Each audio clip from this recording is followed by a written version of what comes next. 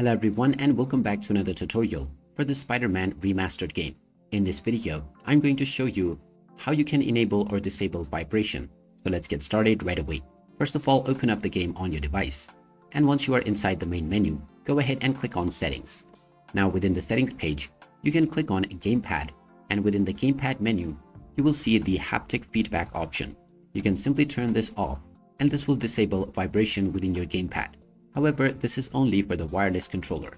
You can also choose the vibration setting and set it to none, and this will work for all kinds of controllers.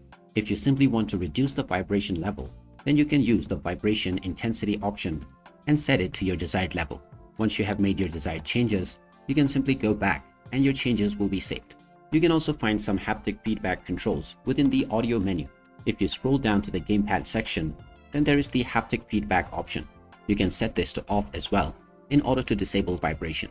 And there you have it. That is how you can change your vibration settings within your controller on the Spider-Man Remastered game. If you find this video helpful, don't forget to hit that like button and subscribe to our channel for more useful tips and tutorials. Thanks for watching, and I'll see you again in the next one.